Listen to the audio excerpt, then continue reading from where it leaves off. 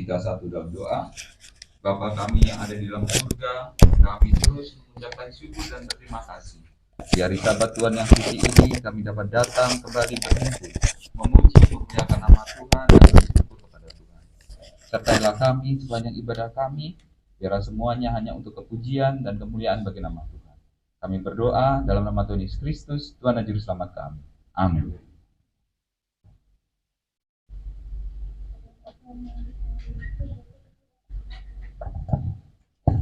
Ayat inti kita pada Sabat hari ini terdapat di Mazmur 32 ayat 23 ayat 1 sampai habis.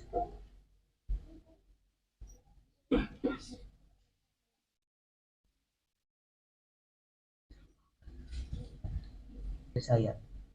Dan pada ayat terakhir kita akan baca bersama-sama. Ayat yang pertama, Mazmur Daud. Tuhan adalah gembalaku, takkan kekurangan aku. Jemaat. Ia memberikan aku di padang yang hijau. Ia membimbing aku ke air yang tenang. Ayat 3, Dia menyegarkan jiwaku.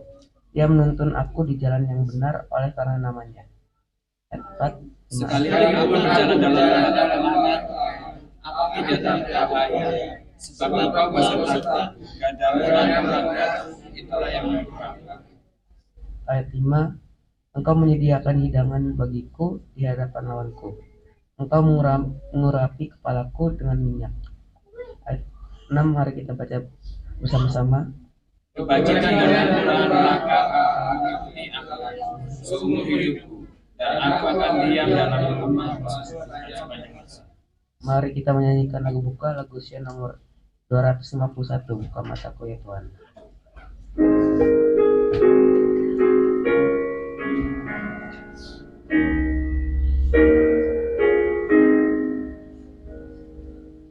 Buka mataku ya Tuhan, untuk lihat kebenaran.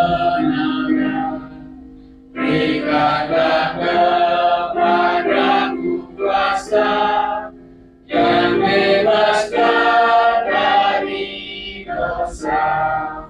Sekarang Tuhan aku tunggu, setia turut kehendak-Mu.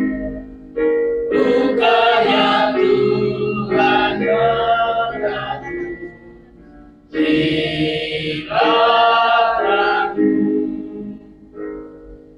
Buka telingaku ya Tuhan, untuk dengar kebenaran. Aku mohon angkat sabda-Mu, lenyapkan segala dosaku. Sekarang Tuhan aku tunggu, setia turut kehendak-Mu. Buka ya Tuhan telingaku, lihatlah-Mu. Buka mulutku ya Tuhan, untuk cerita kebenaran. Bukalah ya Tuhan hatiku, dan isikanlah kasih-Mu. Sekarang Tuhan aku tunggu, setia turut kehendak-Mu. Buka ya Tuhan mulutku, lihatlah-Mu. Jemaat diundang untuk bertelut.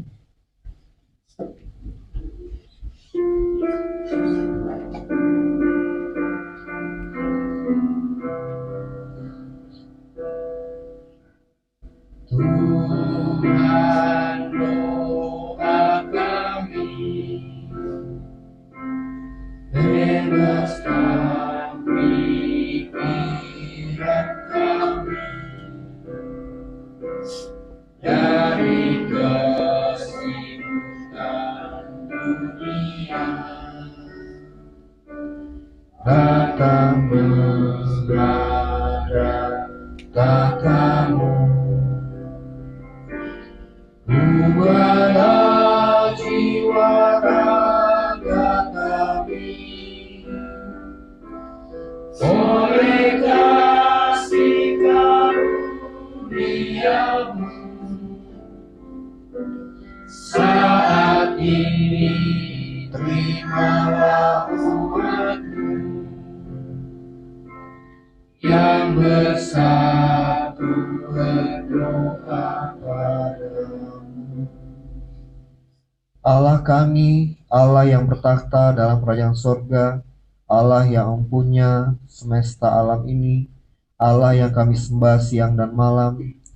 Kami umat-umat Tuhan, jemaat Sukorejo datang menghadap hadirat-Mu yang suci, seraya mengucap syukur atas berkat-berkat yang Kau berikan kepada masing-masing kami sampai pada saat ini. Tuhan, kami siap untuk menerima berkat hari Sabat-Mu. Biarlah kami semua dapat fokus dan konsentrasi dalam ibadah pada Sabat ini. Ya Tuhan, kami bermohon kepada-Mu Tuhan di dalam setiap permasalahan hidup kami Tuhan. Kami berdoa bagi setiap anggota jemaat di dalam pekerjaan usaha tangan kami. Biarlah Engkau campur tangan memberikan berkat yang indah pada masing-masing kami. Melalui berkat tersebut kami dapat membantu pekerjaan Tuhan dimanapun kami berada. Kami berdoa juga untuk setiap orang muda yang ada di jemaat ini Tuhan, di dalam setiap permasalahannya, baik di dalam jodoh, di dalam perkuliahan, sekolah Tuhan. Tuhan memberikan kelepasan dan juga jalan yang terbaik agar kami senantiasa, orang muda kami ini akan selalu beribadah kepada-Mu saja Tuhan. yang belum mendapat pekerjaan, Engkau berikan pekerjaan yang terbaik, yang tidak bekerja di dalam hari Sabat. Dan juga di dalam perkuliahan Tuhan, Engkau memberikan kelancaran agar tidak ada kuliah atau jadwal di hari Sabtu. Tuhan Bapa di sorga, kami berdoa juga untuk anak-anak yang Engkau percayakan pada masing-masing kami. Berikan pertumbuhan yang sempurna, berikan kepintaran dari sorga, agar mereka juga di sekolah mereka dapat senantiasa memancarkan anak-anak Tuhan. Tuhan, kami berdoa juga bagi anggota-anggota kami yang mungkin dalam keadaan sakit. Biarlah Engkau memberikan kesehatan yang sempurna, obat-obatan yang mereka gunakan, makanan. Biarlah pada hari Sabat yang akan datang kami dapat kembali sehat dan berbakti bersama-sama di jemaat ini. Tuhan, kami berdoa juga untuk pemerintahan kami yang dalam waktu dekat bulan Februari nanti akan mengadakan pemilihan umum. Biarlah Engkau memberikan kelancaran, keamanan, dan kami semua dapat senantiasa lancar dalam berbakti dan memuliakan nama Tuhan di tempat ini. Kami berdoa juga untuk organisasi kami, biarlah kami selalu diberikan roh persatuan dan kesatuan untuk tetap menjaga iman dan pengharapan kami untuk menantikan kedatangan Tuhan yang kedua kali. Tak lupa juga Tuhan, kami berdoa untuk hamba Tuhan, Dr. Koko, yang Kau sudah asingkan untuk memberikan makanan rohani pada Sabat ini. Tuhan, urapi dia Tuhan, agar apa yang dia persiapkan dapat kami terima dan dapat kami aplikasikan di dalam kehidupan keren kami. Inilah doa kami Tuhan, ampuni dosa kami, karena kami berdoa di dalam nama Yesus yang sudah mengajar kami berdoa. Bapa kami yang di sorga, dikuduskanlah namamu, datanglah kerajaanmu, jadilah kehendak-Mu di bumi seperti di sorga. Berikanlah kami pada hari ini makanan kami yang secukupnya, dan ampunilah atas kesalahan kami, seperti kami juga telah mengampuni orang yang bersalah kepada kami. Dan janganlah bawa kami dalam pencobaan, tapi lepaskanlah kami dari orang jahat. Karena Engkau yang punya kerajaan dan kuasa dan kemuliaan sampai selama-lamanya.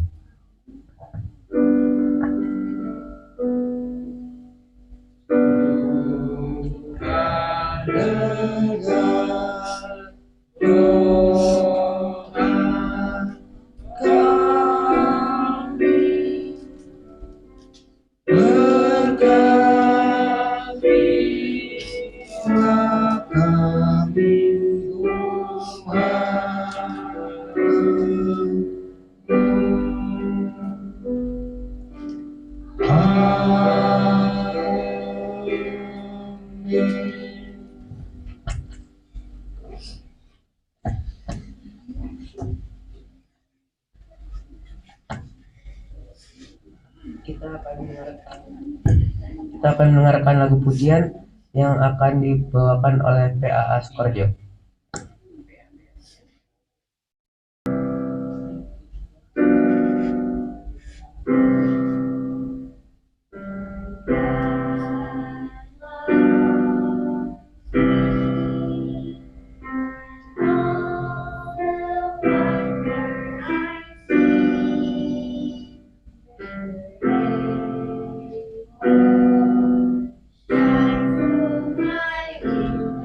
My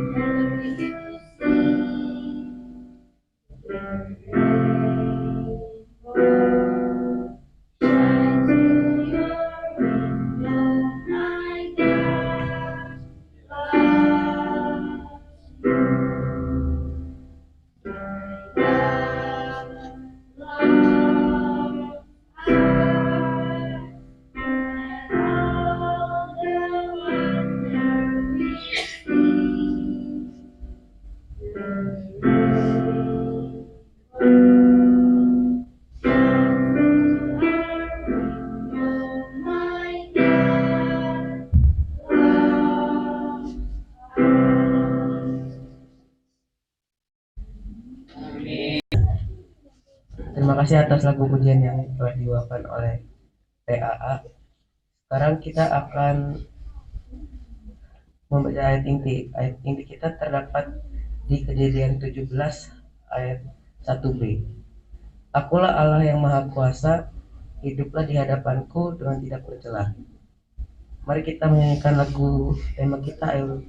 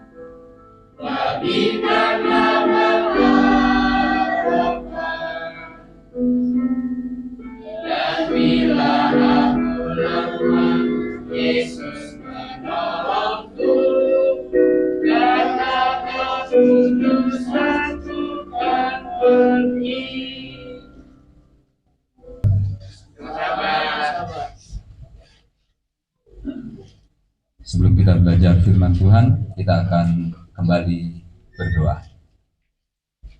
Bapa kami yang ada di dalam surga, kami bersyukur kembali ya Bapa di siang hari Sabat ini. Tuhan memberi kami kesempatan kembali membuka Alkitab kami, mempelajarinya bersama-sama. Biarlah Tuhan bukakan mata kami, agar kami dapat melihat keajaiban-keajaiban firman Tuhan yang kami pelajari. Kami berdoa dalam nama Tuhan Yesus Kristus, Tuhan dan Juru Selamat kami. Amin. Sabat hari ini kita akan belajar dari satu sosok yang terkenal di Alkitab, yaitu Yakub. Nama lainnya adalah Israel. Tentu semua dari kita sudah banyak mengenal siapa Yakub, siapa Israel. Bahkan dari kelas anak-anak, kita sudah seringkali mendengar cerita demi cerita yang ada di Alkitab tentang Yakub.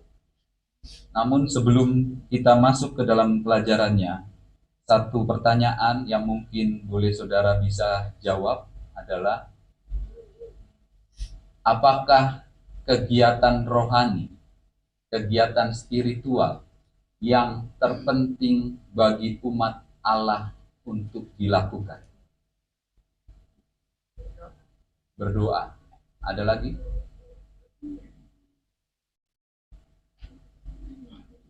Ada lagi? Baca firman Tuhan. Ada lagi? Beribadah. Ada lagi? Akan ada banyak jawaban. Yang mana yang paling penting? Saya akan bawa saudara, kita akan lihat kegiatan apa yang paling penting bagi umat Tuhan yang dinyatakan oleh Alkitab. Kita akan awali dengan periode pertama kehidupan manusia, yaitu Adam dan Hawa. Kejadian 3 ayat 8 sampai 9. Ketika mereka, Adam dan Hawa, mendengar bunyi langkah Tuhan Allah yang berjalan-jalan dalam taman itu, pada waktu hari sejuk, bersembunyilah manusia dan istrinya itu terhadap Tuhan Allah di antara pohon-pohonan dalam taman. Tetapi Tuhan Allah memanggil manusia itu dan berfirman kepadanya, "Di manakah engkau?" Ayat ini seringkali dipakai untuk menunjukkan bahwa Tuhan adalah yang pertama yang punya inisiatif mencari manusia yang telah jatuh dalam dosa. Tapi saya ingin saudara kritis membaca ayat ini, baca perlahan-lahan. Apakah ini Tuhan sedang mencari manusia? Pertanyaan Tuhan adalah, di manakah engkau? Ini pertanyaan tentang apa? Pak Reja punya tetangga namanya Pak Ali. Barangkali ada Pak Ali. Siang ini tiba-tiba menelpon Pak Reja. Karena jam khotbah, angkat pelan-pelan sama Pak Reja. Iya Pak. Pak Ali tanya, Pak Reja, di mana engkau? Apa jawab Pak Reja? Di gereja. Jadi di manakah engkau? Itu pertanyaan tentang apa? Posisi. Di manakah engkau? Itu menanyakan tempat. Seandainya kita tidak tahu cerita selanjutnya, apakah jawaban Adam dan Hawa?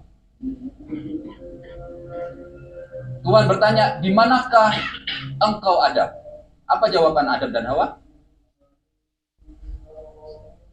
Karena Tuhan bertanya posisi, Adam dan Hawa akan menjawab, di sini Tuhan, aku bersembunyi.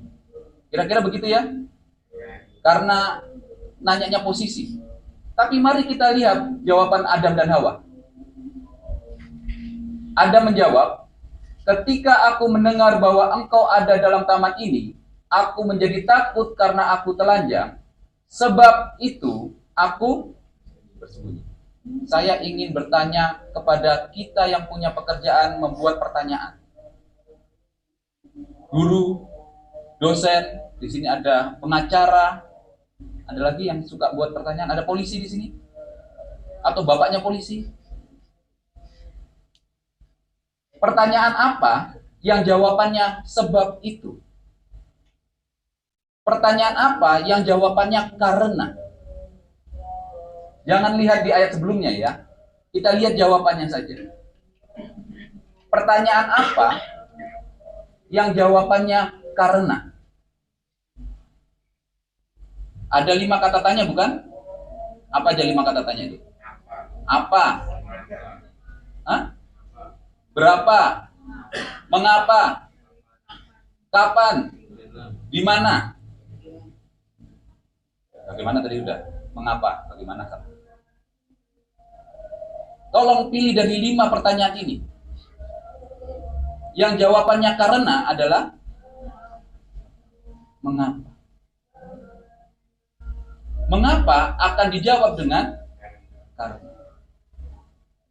Tuhan tanya posisi, Adam menjawab karena. Ini Adamnya yang nggak nyambung, atau bahasa Tuhan terlalu sulit, atau bagaimana? Harusnya jawaban ini dijawab ketika Tuhan bertanya, mengapa? Adam menjawab karena.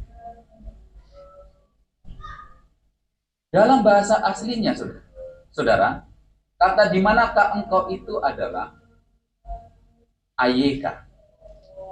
Ayeka itu adalah pertanyaan tentang mengapa. Bukan di mana. Bahasa Indonesia, bahasa Inggris selalu mengartikan ayeka adalah di mana. Padahal artinya sebenarnya adalah mengapa.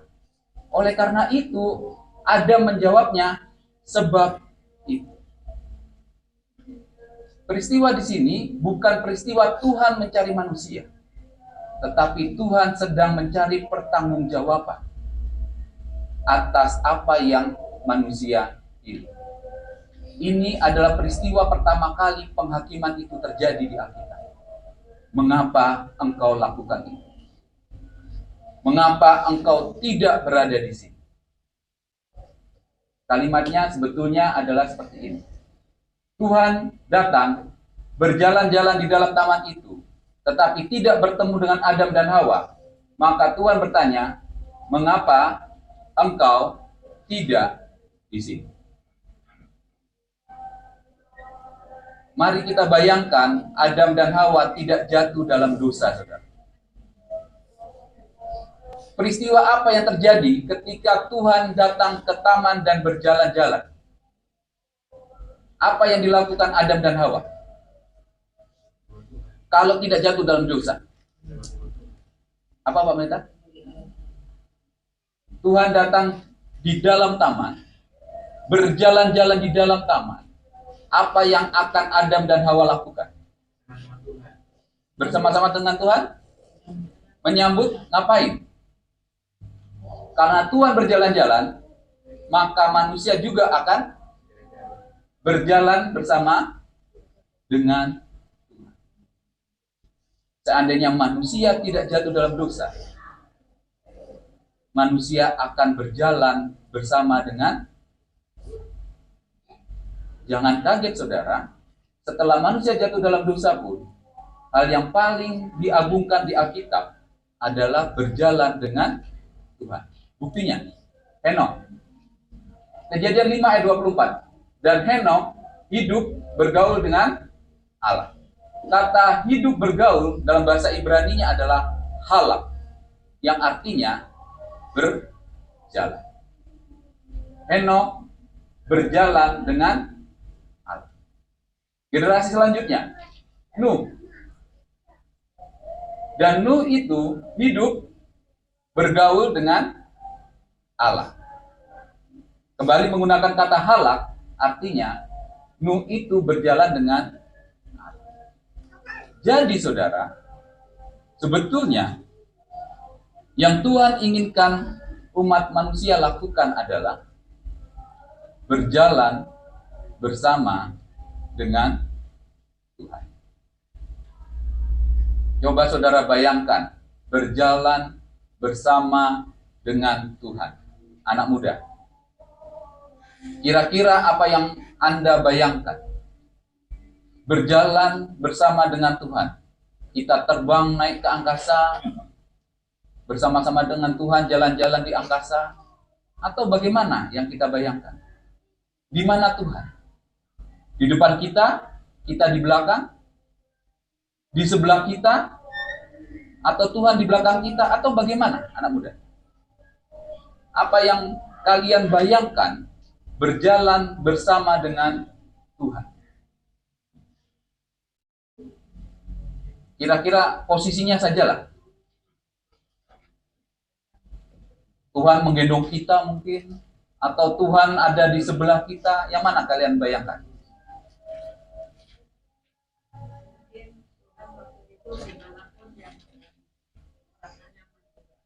Ya. Berjalan bersama Tuhan, kira-kira Tuhan itu di mana, Bu Mai? Dekat dengan kita. Di depan, di belakang, di sebelah, di mana saja. Karena pelajaran kita, Mas Nur, kalau kita belajar hari pekan ini, Tuhan ada di sebelah kanan kita. Tapi bagaimana Alkitab menyajikan sebetulnya bagaimana berjalan bersama Tuhan itu? Jawabannya ada di kehidupan Abraham dan keturunannya. Kejadian 17 ayat 1. Ketika Abram berumur 99 tahun, maka Tuhan menampakkan diri kepada Abram dan berfirman kepadanya, "Akulah Allah yang Maha Kuasa. Berjalanlah di hadapanku dengan tidak bercela." Di mana kita harus berjalan? Di hadapan Tuhan. Di mana Tuhan berarti posisinya? Di belakang kita. Kita ada di depan Tuhan. Berjalan bersama Tuhan. Kita di depan Tuhan. Tuhan ada di belakang. Ayat ini sangat menarik, saudara. Karena kita menemukan satu panggilan untuk Tuhan, yaitu sadar. Saudara pernah dengar tentunya, karena orang-orang banyak menciptakan lagu dengan nama ini, El Shaddai. Alkitab bahasa Inggris dan Alkitab bahasa Indonesia selalu menerjemahkan El Shaddai ini adalah Tuhan yang Maha Kuasa, Tuhan yang Maha Kuat, Tuhan yang Maha Perkasa. Tetapi ini bukan terjemahan aslinya. Ini adalah terjemahan barat. Tuhan Maha Kuasa. Lalu kita dapati poin kedua tentang berjalan di depan Tuhan. Apa itu artinya Tuhan Maha Kuasa, El Shaddai? Apa artinya kita berjalan di depan Tuhan? Ini dijawab oleh keturunan Abraham, yaitu Yakub. Kejadian 48 ayat 15. Ini kata-kata Yakub. Coba perhatikan. Nenekku dan ayahku Abraham dan Ishak telah berjalan di hadapan Allah. Allah itu sebagai Allah yang telah menjadi gembalaku selama hidupku sampai sekarang. Ini kalimatnya, kalimat yang ada di Kejadian 17 ayat 1. Perhatikan. Tentang Abraham yang berjalan di hadapan Tuhan. Ini poinnya sama dengan 17 ayat 1. Berjalan di hadapan Tuhan. Lalu Yakub menjelaskan siapa Allah. Allah itu adalah gembala. El Shaddai bukan Allah yang maha kuasa. Bukan Allah yang maha perkasa. Tetapi maknanya sebetulnya adalah Allah adalah gembala. El Shaddai artinya Tuhan adalah gembala. Dengan demikian kita bisa menyimpulkan apa itu artinya berjalan bersama Tuhan. Berjalan bersama Tuhan adalah berjalan bagaikan Tuhan adalah gembala dan kita adalah dombanya. Bagaimana domba dan gembala berjalan? Seringkali gambaran yang